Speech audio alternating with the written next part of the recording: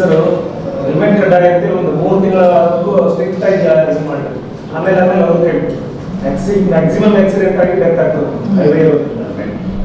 ಈಗ ಬೇರೆ ಡಿಸ್ಟ್ರಿಕ್ಟ್ಗಳಿಗೆಲ್ಲ ಈ ಥರ್ಡ್ ಆಗಿ ಅಂತ ಒಂದು ಇದು ಮಾಡ್ತಾರೆ. ಈಗ ಯಾರೋ ಬೈಕ್ ಇರೋದು ನೀವು ಸ್ಟಾಪ್ ಮಾಡೋದು ಪೊಲಿಟಿಕಲ್ ಇನ್ಫ್ಲೂಯೆನ್ಸ್ ಅದು ಇದು ಅಂತೇಳಿ ಅವ್ರು ಬಿಟ್ಬಿಡ್ತಾರೆ. ಈಗ ಮ್ಯಾಕ್ಸಿಮಮ್ ಜನರು ಯಾರು ಸಿಕ್ಕಾಕೊಂಡು ಹಳ್ಳಿಯಿಂದ ಬರೋದು ಅವ್ರ ಮೇಲೆ ಫೈನ್ ಆಗ್ತದೆ. ಈಗ ಥರ್ಡ್ ಆಗಿ ಮಾಡಿಬಿಟ್ರೆ ಯಾರು ಇನ್ಫ್ಲೂಯೆನ್ಸ್ ಬರೋಲ್ಲ ಏನು ಬರೋಲ್ಲ.